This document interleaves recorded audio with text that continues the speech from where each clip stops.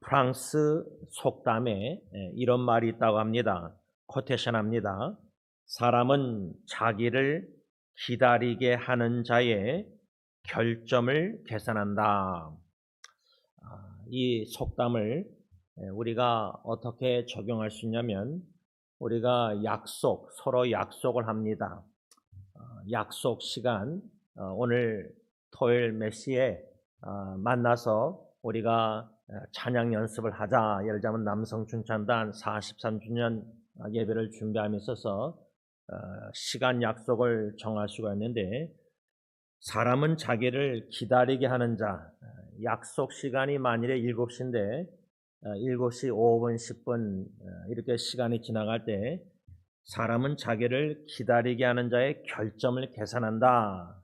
약속 시간에 늦는 것은 생각보다 손실이 큰 행동일 수 있다, 그 말입니다. 약속 시간쯤 5분, 10분 늦는 거 별거 아니다. 사소하게 생각할 수 있지만 코테이션 합니다. 시간 약속을 잘 지킨다는 것은 사소한 일처럼 보일 수 있다. 하지만 결코 사소한 일이 아니다. 그 안에는 나는 당신과의 약속을 소중히 합니다. 당신의 인격을 귀하게 여깁니다라는 의미가 숨겨져 있기 때문이다. 어떻습니까? 제 기억으로는 제 친할아버님 김도전 장로님은 적어도 예배 시간 이거를 철저히 지키신 걸로 노력한 걸로 알고 있는데, 왜 그러셨을까? 손자로서 생각할 때 예배 시간도 하나님과 나와 약속 시간이다, 이런 생각을 가지시고 그리 하지 않았는가. 제가 왜 오늘 이 약속에 대한 중요성을 프랑스 속담을 인용해서 말을 하냐면, 우리 신앙생활에 있어서 매우 귀중한 약속이 있기 때문입니다. 그 매우 귀중한 약속이란 하나님과 나와의 약속, 또다시 적용하자면 하나님과 우리 가정과의 약속, 좀 더 나아가서 하나님과 우리 교회와의 약속이 매우 중요하기 때문입니다. 우리 승리장로교에 주신 약속은 마태복음 16장 18절, 예수님께서 내가 내 교회를 세우리니, 이것은 주님이 교회에게 주신 약속의 말씀입니다. 이 약속의 말씀이 매우 귀중하다. 이 하나님과 나와의 약속을 두 가지로 생각할 수 있습니다. 하나는 하나님께서 나에게 약속하심, 하나님이 우리에게 약속하심. 또 다른 하나는 우리가 하나님께 약속한 것. 이 두 가지 종류가 있는데, 먼저 두 번째부터 생각하자면 내가 하나님께 약속한 것, 이것을 성경적인 용어로 말하자면 서약입니다. 서약. 많은 권사님들이 결혼해서 애를 낳지 못할 때 한나처럼 애를 주시면 3일쯤은 하나님께 바치겠습니다, 서약을 합니다. 그래서 아들을 얻습니다. 근데 아들이 기름 부어 주님의 종이 되겠다고 신학교 갑니까? 예를 들자면 내가 하나님께 약속한 것, 다시 말하면 서약, 이것에 대해서 전도서 5장 4절 5절은 하나님 이렇게 말씀하고 계십니다. 너가 하나님께 선하였거든 갚기를 더디게 말라. 하나님은 우매자를 기뻐하지 아니하시나니 선한 것을 갚으라. 선하고 갚지 아니하는 것보다 선하지 아니하는 것이 나으니. 제 아내의 고모부 장로님 샌프란시스코 찾아뵀을 때 암으로 의사 선생님이 이제 더 이상 치료할 수 없습니다 할 때 그 장로님은 마지막으로 기도원에 갔습니다. 이제 하나님께만 더 매달렸는데, 제가 알기로는 그분이 죽기 전에 그 섬기던 교회 장로로 섬기던 교회에 부흥 강사가 한국에서 왔었는데 거기에 은혜 받고 아무도 몰라요. 마음속으로 결심한 게 있었습니다. 저 목사님 한국의 사역에 이제 후원하고자 액수를 정했다고 합니다. 근데 그분이 죽기 전에 그것을 약속을 지키고 떠나셨다는 걸로 알고 있습니다. 아무도 모릅니다. 부인도. 예를 들자면 부인은 알지 모르겠지만 자식들은 몰랐을 텐데 우리가 하나님께 말씀에 은혜 받고 마음에 결심하는 것, 그것도 하나님과 약속일 수 있죠. 서약. 이것이 내가 하나님께 약속한 것, 서약. 이게 두 번째 종류고, 첫 번째 종류의 약속은 하나님께서 우리에게 나에게 주시는 약속. 오늘 여기에 초점을 맞추려고 합니다. 우리를 소중히 여기시고 사랑하시고 귀히 여기시는 하나님은 우리 각자에게 또 가정에게 또 교회에게 약속을 하신 하나님, 약속의 말씀을 주신 하나님. 그런데 오늘 본문 느헤미야 9장 8절 하반절에 그 말씀대로 이루셨다. 다시 말하면 우리 하나님은 우리에게 약속의 말씀을 주시고 그 말씀을 반드시 그대로 이루신 하나님이십니다. 예를 들어서 지금 제 사랑하는 세 자녀들이 다 동부에 가 있습니다. 예리의 경우는 참 어렵고 힘들었을 때 간절히 살려달라고 간구했을 때 매일 묵상하던 말씀 중에 베드로전서 5장 10절 말씀을 위기 가운데 받았습니다. 모르겠어요. 그냥 말씀 읽다 그게 은혜가 된 겁니다. 힘을 받은 겁니다. 약속의 말씀으로 붙잡게 하신 겁니다. 비록 내 딸이 지금 정신질환으로 잠시 고난을 당하지만 그 약속의 말씀은 restore, 반드시 회복해 주시겠다. strong, steadfast, firm, 강하고 견고하고 튼튼하게 해주겠다는 약속으로 받고 붙잡고 기도했는데 그 말씀대로 지금까지 성취해 나가시는 것을 3, 4년 뒤돌아볼 때 현재 동부에서 이번 주일날 일본으로 내일 갈 때에 1년 동안 일본에서 그 약속의 말씀 베드로전서 5장 10절을 얼마나 이 아이를 견고하고 튼튼하고 강하게 성숙시키실까. 아버지로서 딸에게 허가하면서 보내기 전에 그 말을 했습니다. 반드시 하나님께서는 너를 성숙하게 성장케 하실 것이다. 너 남자친구도 떨어져 있으면서. 그러나 그 과정에는 고난도 있을 것이다. 아빠가 엄마랑 한국에서 2년 9개월 있는 동안 주신 축복과 은혜가 너무 많지만 어려움도 많이 있었다. 오늘 그 말씀대로 이루시는 하나님, 이 8절 하반절 말씀 그대로 제목을 잡고 우리에게 약속하신 그 말씀대로 반드시 하나님의 때에 하나님의 방법으로 이루시는 하나님은 어떤 하나님이신가 두 가지로 묵상하면서 주시는 은혜를 받고자 합니다. 저의 마음의 간절한 소원은 성령님께서 저에게 개인적으로, 가정적으로, 교회적으로 주신 약속의 말씀들이 있는데 그 말씀들을 성취해 나가시는 하나님은 어떤 하나님이신가 다시금 이 말씀을 두 가지로 받고 그 말씀에 견고히 서 있고 믿고 그 말씀을 붙잡고 그 약속의 말씀을 반드시 그대로 이루시는 하나님을 아브라함처럼 전적으로 바랄 수 없는 소망이 없는 중에도 믿는 그러한 믿음의 아버지와 믿음의 어머니 우리 부모님들이 돼야 되겠다라는 간절한 바람입니다. 첫째로 그 말씀대로 이루시는 하나님은 어떤 하나님이신가? 우리에게 약속의 말씀을 주시는 하나님이시다. 오늘 본문 느헤미야 9장 8절에 이 나오는 하나님께서 아브라함에게 주신 약속의 말씀은 한마디로 뭐냐? 가나안 땅을 아브라함 너의 자손에게 주시겠다라는 약속입니다. 이 말씀을 좀 문맥을 우리가 볼 때에 느헤미야 9장 1절에서 5절 말씀을 보면 이스라엘 자손들이 자신들의 죄 문제를 해결하고자 이방 사람들과 절교합니다.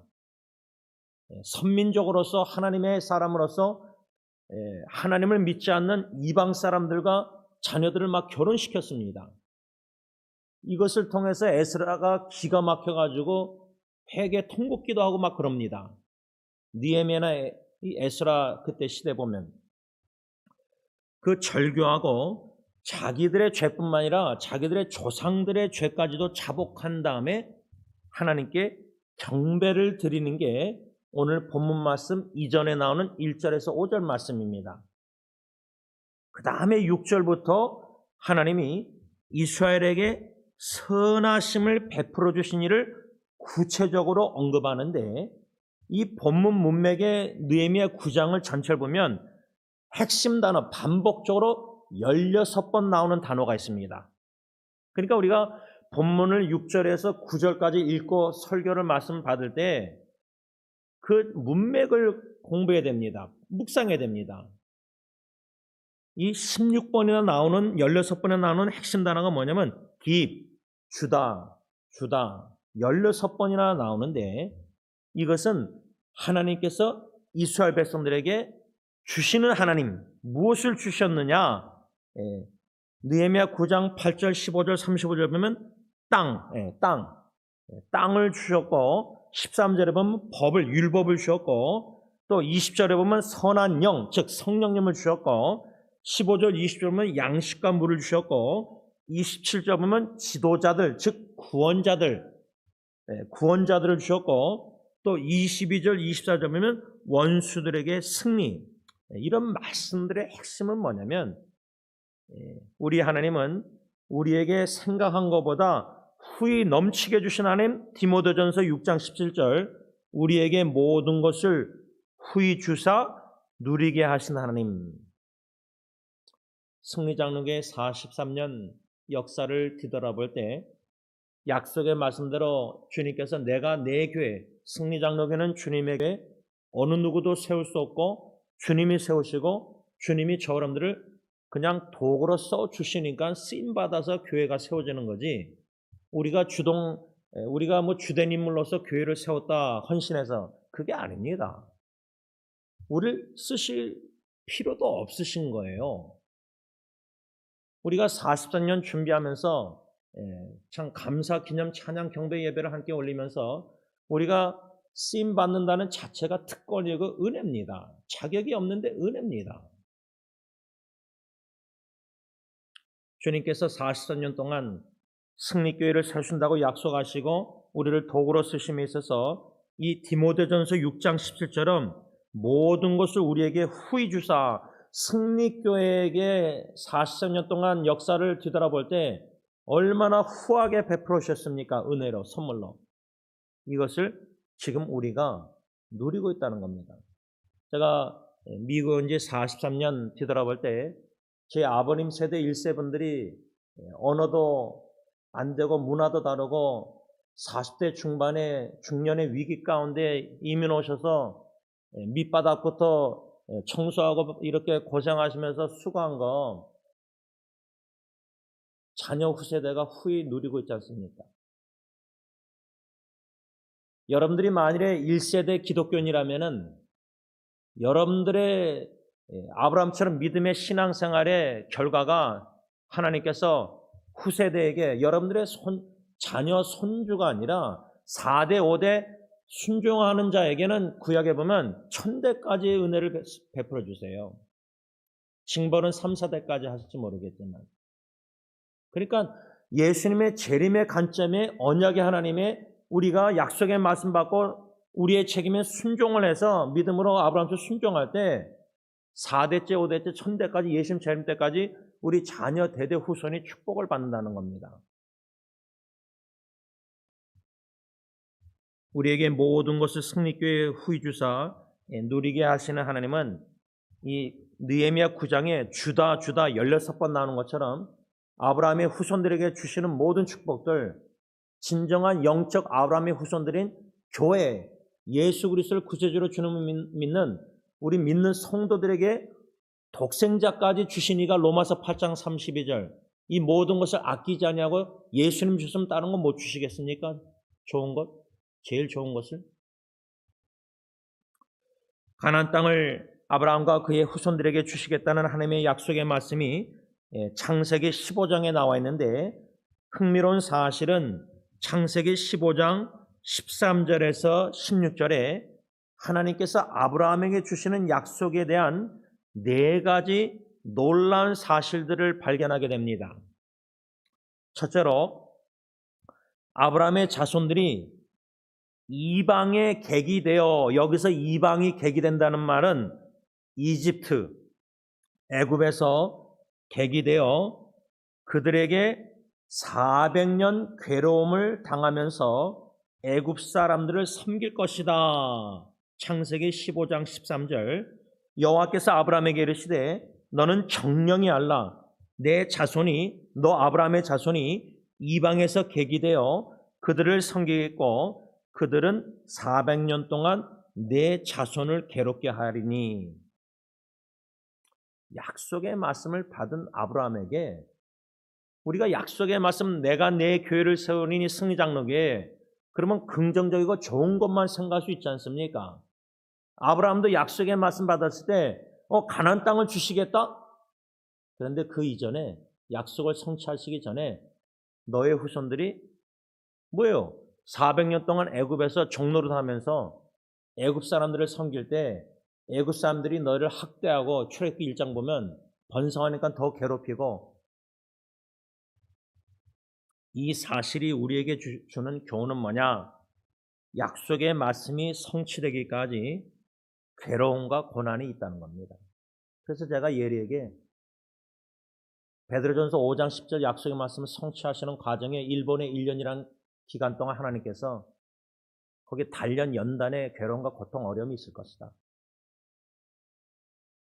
승리교회 43년 주님의 교회를 세우시는 과정에 그냥 물 터지듯이 쉽게 견고하게 반석에 세우지 않고 모든 게 편안하게 후히 누리고 물질적으로 다 누리고 그러면 그 교회는 견고히 설 수가 없습니다. 가정도 역경과 단련과 시련이 없이 정금같이 나오기 기대하면 안 됩니다. 신앙생활이 튼튼한 대로에, 시온의 대로를 할 때 넓은 길로 편안하게 신앙생활해서 그게 아닙니다. 사랑하는 사람의 죽음도 있는 겁니다. 둘째 사실은 아브라함의 자손들이 하나님의 능력을 경험한 후, 그러니까 400년 괴로움을 당하고 학대를 당하고 이집트, 애굽 사람들을 섬기고 나서 하나님의 능력을 경험하게 될 텐데, 그 능력이란 10가지 재앙을 통해서 구원입니다. 구원의 능력. 우리가 괴로움과 고난이 가정에, 개인적으로, 교회적으로 있었지만 그때 구원자 하나님은 건져주셨어요. 그래서 제가 이번 주에 운동하면서 시편 23편 6절을 묵상하게 됐는데, 왜? 제 장인어르신 로실의 묘지에 장모님 이름까지 다 써 있는데, 장모님이 시편 23편 6절을 거기에 영어로 쓰기를 원하셔서 그렇게 했어요. 나의 평생의 선하심과 인자하심이 정녕 나를 따르니 내가 여호와의 집에 거하리로다, 영원히 거하리로다. 근데 그 말씀을 생각나서 성령께서 묵상케 하셨는데, 우리 하나님은 구원의 하나님입니다. 그래서 구원의 하나님의 선하심, 구원의 선하심과 구원의 인자하심이 정녕 나를 따르니 내가 여호와의 집에 영원히 거하리로다. 이렇게 말씀을 묵상했는데, 이 한마디 한마디가 저에게는 너무 중요합니다. 그 약속의 말씀을 주신 하나님은 첫째로 구원 하나님이고 선하심과 인자하심이라는데, 하나님의 선하신 로마서 8장 28절 모든 것을 합력해서 선을 인도하실 때, 창세기 요셉을 보면 형들은 나를 해하려고 했지만 하나님은 선으로 바꿨다 할 때, 그 선이란 뭐냐? 하나님의 선하심은 구원입니다. 구원의 뜻입니다. 창세기 45장에 요셉이 나를 애굽에 앞서 보내신 이유가 형들과 야곱과 후손들을 이 땅의 생명을 구원하고 보존하시고자, 그래야지 다윗 후손 메시아가 오니까. 그래서 시편 23편 6절 하나님의 선하심은, 구원의 선하신 뜻은 구원입니다. 그래서 구원의 선하심과 인자하심, 시편 63편 3절 주의 인자하심이 나의 생명보다 내 입술이 줄창하리다. 그 하나님의 인자심도 한마디로 말하면 구원의 사랑입니다. 구원의 인자심. 그래서 이집트에서 애굽에서 400년 학대의 괴로움을 당하다가 실현당하다가 하나님의 능력, 즉 10가지 재앙, 10번째 재앙, 10번째 재앙에 맏아들, 장남, 첫째 동물 다 죽임, 독생자 예수가 십자가에 죽임 당하심으로 애국 이스라 같은 죄의 종로라는 사탄의 왕국에 있던 저 사람들을 큰 구원의 능력으로 건져주시는 겁니다. 건져주신 겁니다. 그 능력을 경험한 후 창세기 15장 14절 보면 그 섬기는 나라 즉 애굽 이집트를 내가 징치할지며 그 후에 네 아브라함 자손이 큰 재물을 이끌고 나오리라.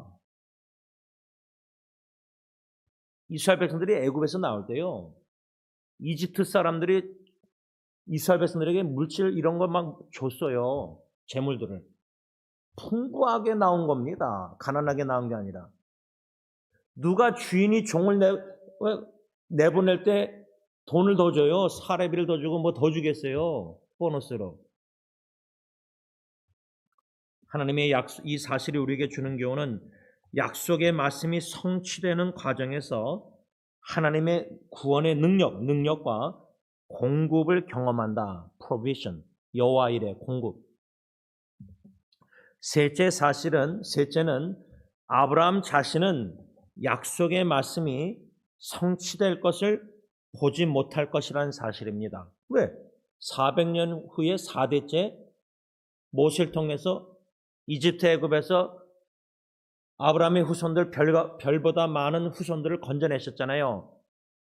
이 약속의 말씀을 아브라함은 성취를 못 봤습니다. 히브리서 11장 13절 이 사람들, 그 중에 하나가 아브라함인데 믿음의 조상들 중에 이 사람들은 다 믿음을 따라 죽었으며 약속을 받지 못하였으되 그것들을 멀리서 보고 환영했다. 저는 제가 죽어도요, 두 가지인데 첫째는 히브리서 11장 4절 아벨처럼 아벨은 죽었으나 믿음으로 말한다. 저는 딜런 예리언이 언제까지 살지 모르지만 저는 죽습니다. 근데 아벨처럼 믿음으로 제가 죽어도 딜런 예리언의 영적 마음 귀의 추억에 저의 신앙의 삶의 추억들이 그들에게 말을 할 겁니다. 이게 첫 번째입니다. 두 번째는 제가 죽으면은 딜런 예리언이 그리스도 중심된 꿈을 가진 기도원의 300명 군사 같은 일꾼들로 주님 세우셔서 파송해서 하나님의 나라 확장하는 데 도구로 사용하시옵소서. 저의 간절한 기도. 지금도 이미 부분적으로 영의 눈으로 보고 있습니다. 세 자녀가 다 주님의 일을 하면서 사역을 하면서 복음전도 예수 위에서 살고 있는 것. 그러나 충분히 약속의 성취되면 저는 못 볼 겁니다. 저는 죽을 겁니다. 그러나 아브라함처럼 믿음의 조상들처럼 약속을 받지 못해서 성취를 경험 못했지만 그것들을 성취를 멀리서 믿음으로 보고 환영했다. 저는 제가 죽어도 죽기 전에 제 전도대상 친구들이 예수 믿고 같이 신앙생활하는 게 소원이지만 D.L. 무디처럼 죽고 나서 2명 중에 1명은 전도대상자 2명을 1명을 장례식 때 예수 영접하고 나머지 1명 친구는 죽고 나서 나중에 예수 영접했습니다. 매일마다 전도한 D.L. 무디가 자기 2명 전도대상자 친구를 전도했는데 예수 안 믿었습니다. 근데 기도할 때 믿음으로 우리가 전도대상자나 교회나 자녀들 놓고 후손들 놓고 기도할 때 믿음으로 멀리서 보고 환영할 수 있는 믿음이 있습니다. 믿음으로 영연으로 확신이 있는 겁니다. 마지막 넷째로 약속의 말씀이 성취되기까지 400년, 약 400년이라는 세월을 기다려야 했다는 사실. 창세기 15장 16절 상반절 아브라함에게 네 자손은 4대 만에 이 땅, 가나안 땅으로 돌아오리라. 이 사실이 우리에게 주는 교훈은 약속의 말씀을 하나님께서 성취하실 때 성취되기까지는 상당한 믿음의 인내가 필요하다는 겁니다. 그래서 여러분 약속 시간이 더딜다고 기다리지 못하고 인내가 부족하다는 것은 그만큼 믿음 신앙이 미성숙하다는 증거입니다. 자녀를 사랑함에 있어서 하나님의 약속의 말씀 붙잡고 믿음으로 기도하면서 인내한다는 건 시련과 단련 통해서 많은 인내심, 성숙도가 요구됩니다.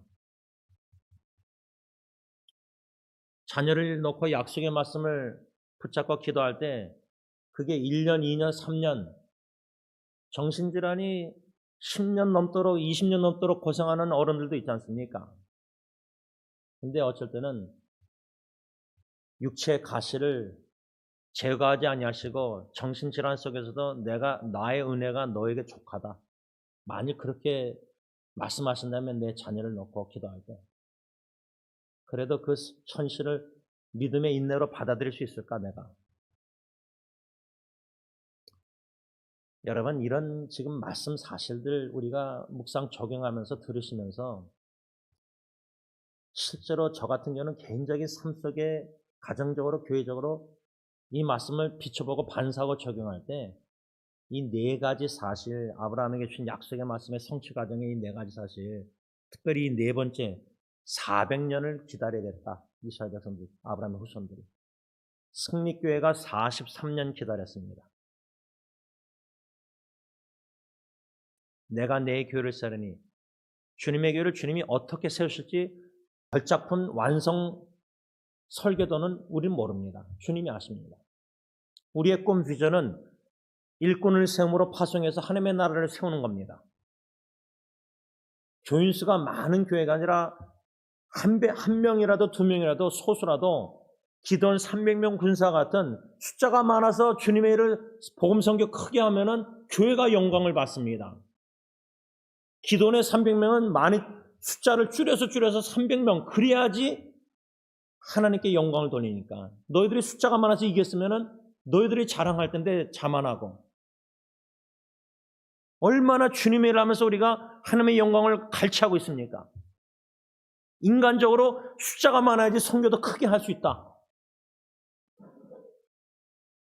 주님의 교회 소수의 300명의 군사 같은 한두 명 후세대 그리스도 중심의 꿈을 가진 일꾼들 저는 완전한 하나님의 설계도 모르겠지만 적어도 간과하는 것은 주님에게 주님이 세우셨다고 약속하셨는데 지난 3년 동안 발자취를 들어갈 때 원로 목사님께서 주님의 일꾼들을 세워서 바나바, 바울처럼 안디옥에서 파송해서 성교케 하셔서 이제 우리 교회를 떠난 후세대들 얘네들을 통해서도 주님의 일을 성교케 하고 계시잖아요.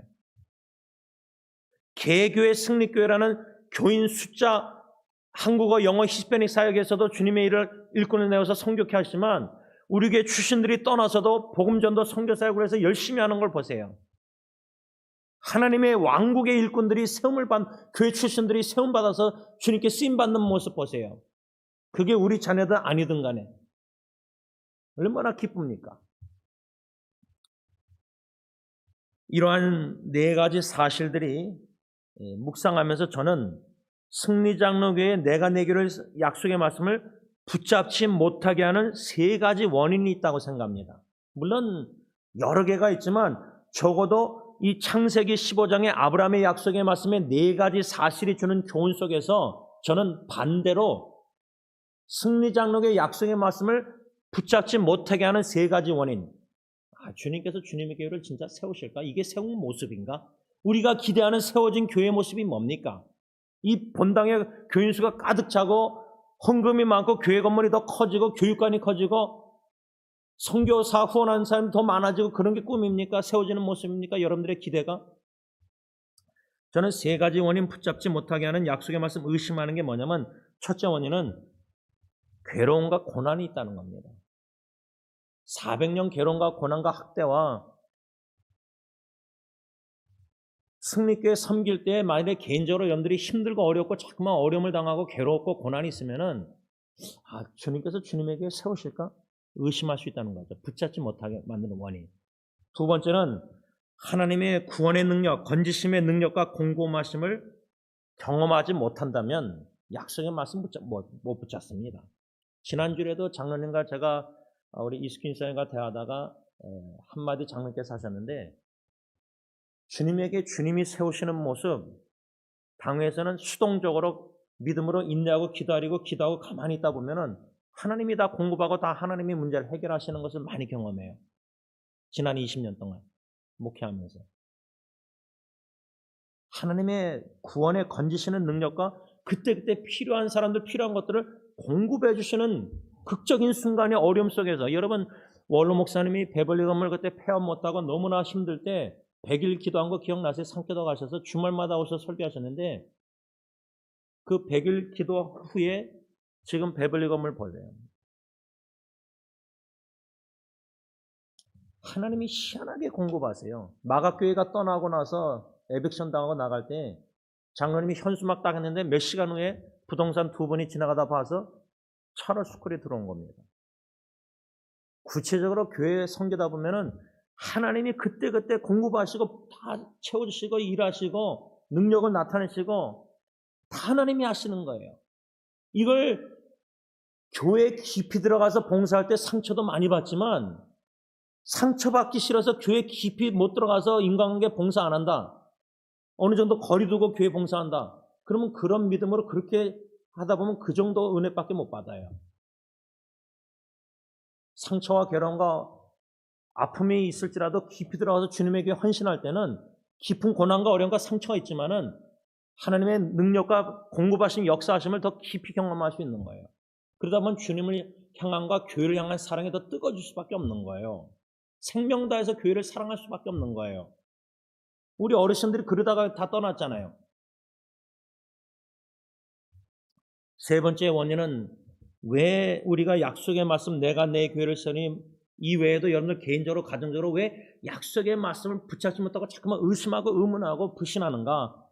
믿음의 인내가 결핍되었기 때문이에요. 어느 인터넷 기사 보니까 이런 말이 있어서 흥미로워서 나는 코테이션합니다. 약속과 만나는 사람은 불가능과 만나는 사람입니다. 모든 불가능한 상황에서도 약속을 붙잡는 자는 그 속에 숨어있는 가능을 봅니다. 가능, 포텐셜. 승리장로의 비전이 일꾼을 세우는 건데 그 비전에 대한 우리가 글들을 보면은 옛날 그 주소록에 포텐셜, 가능성한 일꾼을 우리가 만나게 되면 열심히 후원해가지고 일꾼을 세워서 파송하는 거예요. 근데 원로 목사님부터 해서 장로님부터 해서 저나 각 나라 선교지에 지금 후원하는 현지인들 보면요, 참 귀한 분들을 하나님이 가능성 있는 그리스도 중심의 꿈을 가진 일꾼들을 만나게 하셨어요. 그래서 신학비도 1년 후원하고 3년 후원하고 막 이러다가 이분들이 이제 목사 안수받고 사역하고 그분들이 또 다른 후배들을 돕고, 이거 다 하나님이 하시는 일인데, 약속과 만나는 사람, 그러니까 주님의 약속의 말씀을 붙잡고 기도하며 인내하며 견뎌내며 괴로움과 고통과 어려움 속에서도 신실하게 충성되게 주님만 믿고 의지하면서 나아가는 아브라함 같은 믿음의 사람들은 로마서 4장 18절 바랄 수 없는 중에 바라는 against all hope, 이 소망 무언가 찬송가 2절 가서는 우리가 의지하는 소망 다 끊어질지라도 100세 때 어떻게 아기를 가질 수 있습니까? 자기 안에도 아기를 낳을 수 없는 불가능한 상황 속에서도 너의 후손들은 별처럼 많을 것이다. 아브라함은 그 말씀을 믿었어요. 이런 믿음의 사람은 인간적으로 불가능한 상황에서도 하나님의 가능성을 믿고 의지한다는 거예요. 그래서 제 아내 작은 고문보도 의사가 불가능하다 포기했다 그래도 산기도 가는 거예요. 하나님은 그때도 살려줄 수 있고 불러가실 수도 있으니까. 인간적으로 불가능한 상황에서도 가능성을 믿음의 눈으로 보고 붙잡고 나아갈 수 있는 그런 약속을, 말씀을 믿는 자들, 이런 자들을 통해서 주님은 주님의 나라를 확장하신다 그 말입니다. 마지막 둘째로 그 말씀대로 이루신 하나님은 약속의 말씀을 주실 뿐만 아니라 첫 번째, 두 번째, 마지막은 그 약속의 말씀을 반드시 이루시는 하나님입니다. 오늘 본문 느헤미야 9장 8절에 마음이 주 앞에서 아브라함의 마음이 주 앞에서 충성됨, faithful, 충성됨을 보시고 더불어 뭐요? 언약을 세우사. 그 다음에 하반절에 그 말씀대로 이루셨사오니 주는 의로우심이로소이다. 여기 언약을 세웠다는, 여러분 언약이란 말을 구약에 많이 나오는데 제가 다녔던 웨스민스터 신학교도 언약 신학, covenant theology 아주 중요합니다. 그래서 구약 신약, 그것을 구약은 옛 언약, 신약은 새 언약, new covenant. 이게 아주 중요해요. 여러분 모세의 십계명도 보면요, 그 당시 모세 시대, 지금 말하면 우리가 아파트 할 때 계약을 하잖아요. 그 십계명도 그 당시 언약 계약의 그 순서대로 돼 있는 겁니다.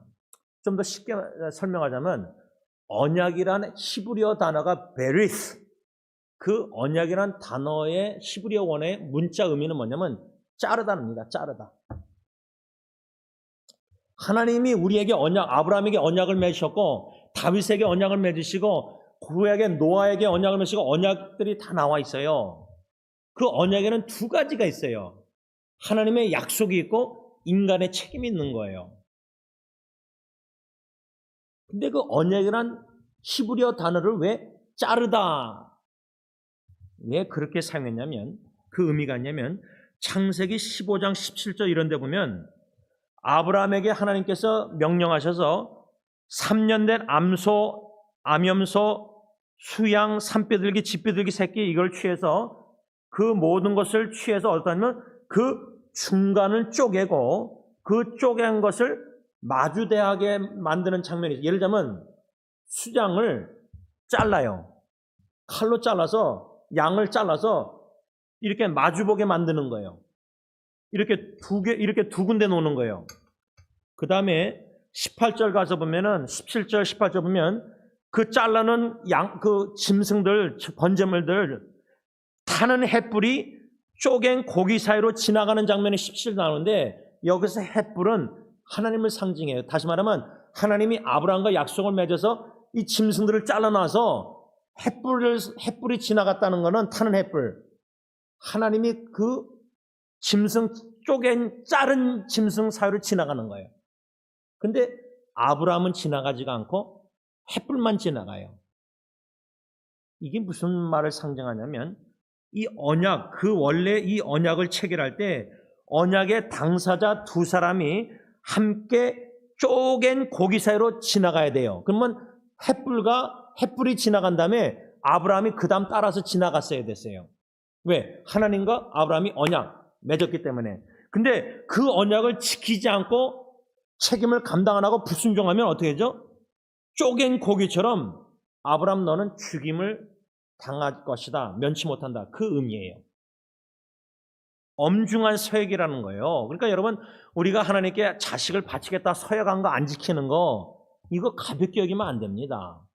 제 아내 장고모가 은혜 받고 헌금하겠다 한국 그 목사님 교회 서약을 지키고 떠났잖아요. 그래서 언약이라는 단어가 자르다는 겁니다. 자르다. 하나님이 우리하고 언약 맺어서 아브라함과 맺어서 왜 근데 아브라함은 지나가지 않고 횃불만 지나갔을까? 하나님이 일방적으로 약속하신 거예요. 아브라함에게. 그 약속을 내가 직접 성취하겠다는 강력한 의지가 담겨 있는 거예요. 아브라함이 거짓말하고, 여러분 아브라함이 믿음의 조상이지만 아브라함이 믿었다면요 75세 때 약속의 말씀 받았으면은 100세 때 이삭 얻었으면 25년 기다렸어야 되는데 10년 후에 아내 사라 말 듣고 남자가 여자를 이끌었는데 이끌림을 받아서 하와가 아담을 이끌었을 때 아담이 하와에게 이끌림 받아서 선악과 먹었잖아요.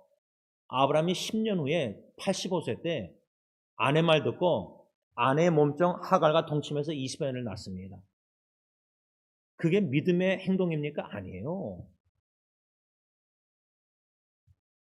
100세 때까지든 150세까지든 언약의 말씀을 성취할 때 약속의 씨앗을 주시겠다 그러면 네 몸에서, 그러면 아브라함과 사라가 성관계면서 애를 낳는 게 진짜 약속의 씨지. 이삭 몸종을 통해서 낳는 이스마엘은 진정한 약속의 언약의 씨앗 성취가 아니에요. 근데 못 기다렸어요. 10년 기다렸다가 넘어갔어요. 그러니까 우리는 불신앙과 불성실한데 햇불만 지나갔다. 쪼갠 고기 사이로 언약. 일방적으로 하나님이 아브라함 너는 불성실하더라도 나는 신실하니까 내가 약속을 지키겠다는 거예요. 그러니까 승리장의 약속의 말씀 주님이 주님의 교회 세우시겠다. 제가 충성합니까? 절대 못하고 있습니다. 그렇게 못하고 있어 하고 싶은데도. 저는 불성실할 때도 하나님 믿으시니 자기를 부인하실 수 없다. 디모데에서 말씀. 우리는 불성실한데 불성실한 나 같은 자도 성실하신 주님이 쓰셔서 교회를 세우시는 거지 내가 성실하게 교회를 섬겼다. 그거 아니에요.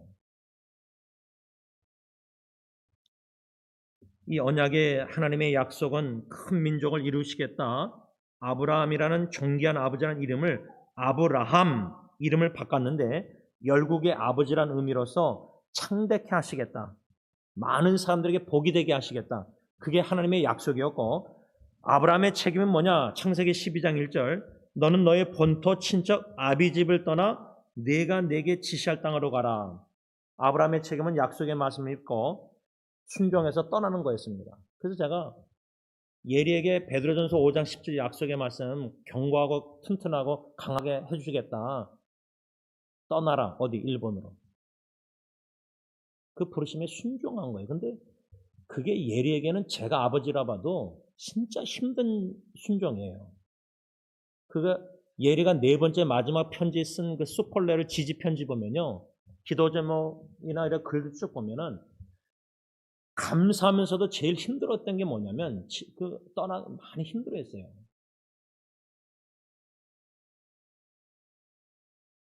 정신진단으로 너무 힘들었었는데 바이올라 인도하셔서 거기서 얼마나 좋은 신앙인들을 만나게 하셨어요. 또 사우스랜드 교회나 그 기독교 동아리 X에서.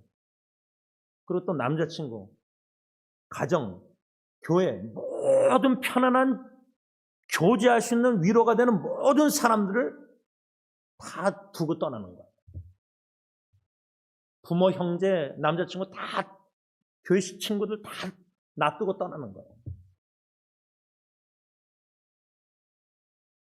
부르심에 순종한 거, 순종케 하신 게 하나님이에요. 얘는 못해요. 제가 볼 땐 절대 못하는 거예요. 근데 하나님이 성령이 강권적으로 해서 보냈습니다. 그래서 제가 시간이 많이 가서 좀 말씀을 내고자 합니다. 위대한 아버지 아브라함을 얘기할 때 이삭을 바치라 할 때 제가 아브라함이었으면 하나님 좀 이삭 대신 좀 이스마엘 바치겠습니다. 요 좀 큰 놈을. 하나님 왜 예리를 보냈습니까? 케레스 막둥이를 보내면 걔는 거기서 알아서 다 썰밥을 하려는데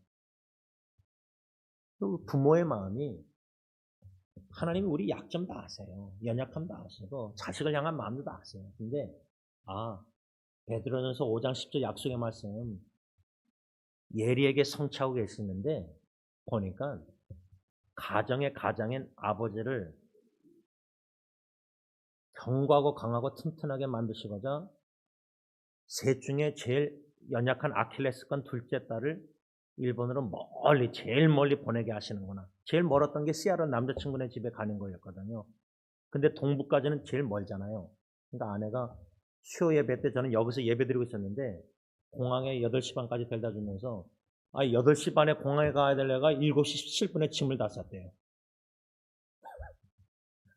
아니 짐을 제가 2주 전에 싸라 그랬는데 8시 반까지 비행장 가려면 그래도 7시 반에 떠나야 되는데 7시 17분에 짐을 다 쌌대요.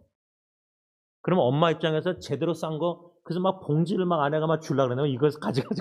이제 어머니 마음을 이제 이해하는 거죠. 근데 애를 떠나보내면서 사진 찍어서 저한테 다 보냈는데 나중에 제가 일찍 집에 가서 많이 쎄다는 것 같아서 일을 다 못 끝내고. 근데 아내가 뭐냐면 마음이 짠했대요. 그러면서 이제 딜런드 뉴저시 예리언이 다 이제 버스턴 가 있으니까 제일 멀리 이 딸들을 처음으로 멀리 보내본 거예요. 근데 이제 거기서 내일 곧장 이제 일본으로 예린 가고 캐릭슨은 이제 집으로 돌아올 거예요. 여러분 하나님께서 아브라함에게 떠나라 갈 바를 알지 못하고 떠났어요.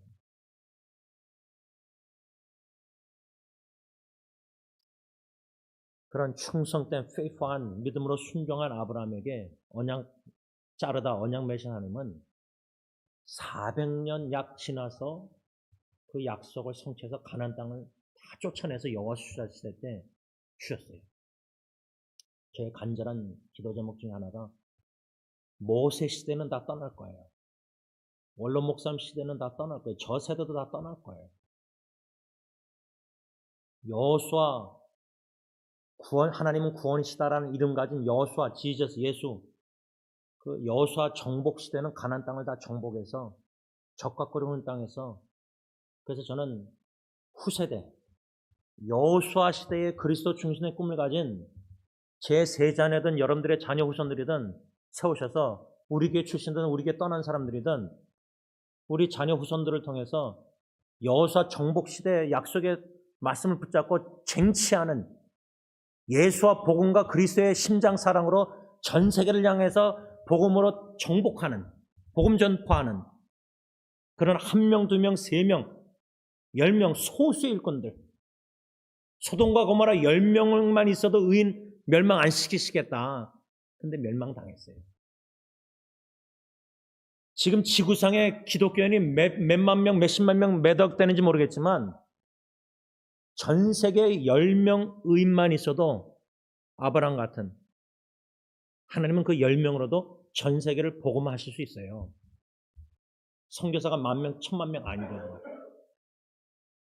그런 믿음으로 아브라함처럼 약속의 말씀을 반드시 그대로 이루신 하나님, 신실한 언약의 하나님을 믿고 아브라함처럼 믿음으로 순종하는 저러분들 되시길 바랍니다. 기도하겠습니다.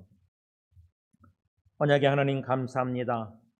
승리장로교회 마태복음 16장 18절 내가 내 교회로 세우니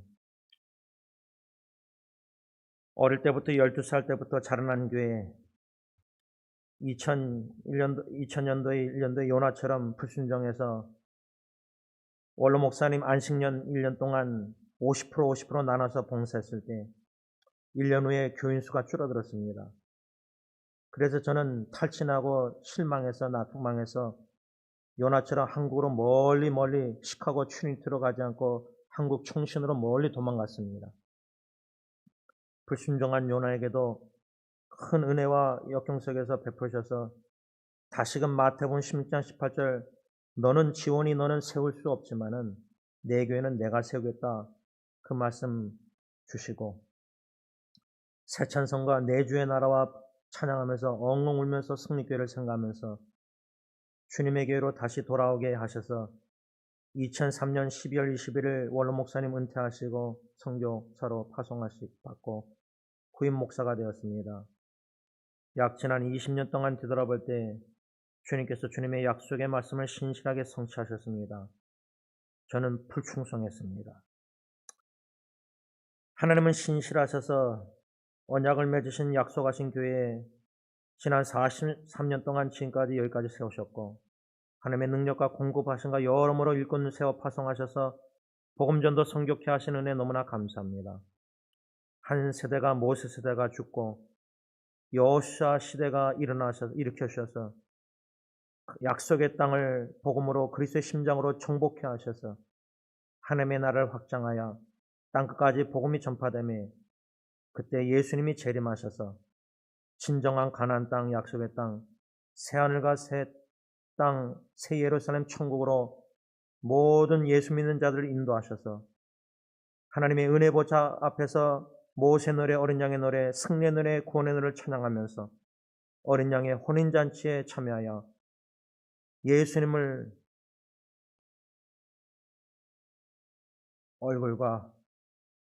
얼굴을 맞대고 보며 먼저 떠난 사랑하는 그리운 성도님들과 함께 더 이상 연약하고 욕된 몸이 아닌 강한 영적인 영광스러운 몸을 입고 기뻐 뛰며 찬양 경배에 축제할 줄 믿습니다. 그날 그때까지 살아있는 동안까지 마지막 호흡 그때까지 아브라함처럼 약속의 말씀을 붙잡고 믿음으로 끝까지 불충성할지라도 약속의 말씀을 반드시 그대로 이루시는 신실한 하나님을 믿고 의지하여 믿음으로 승리하는 모든 성도들과 교회가 되게 하여 주시옵기만을 예수님의 이름으로 간절히 기도를 올리옵나이다.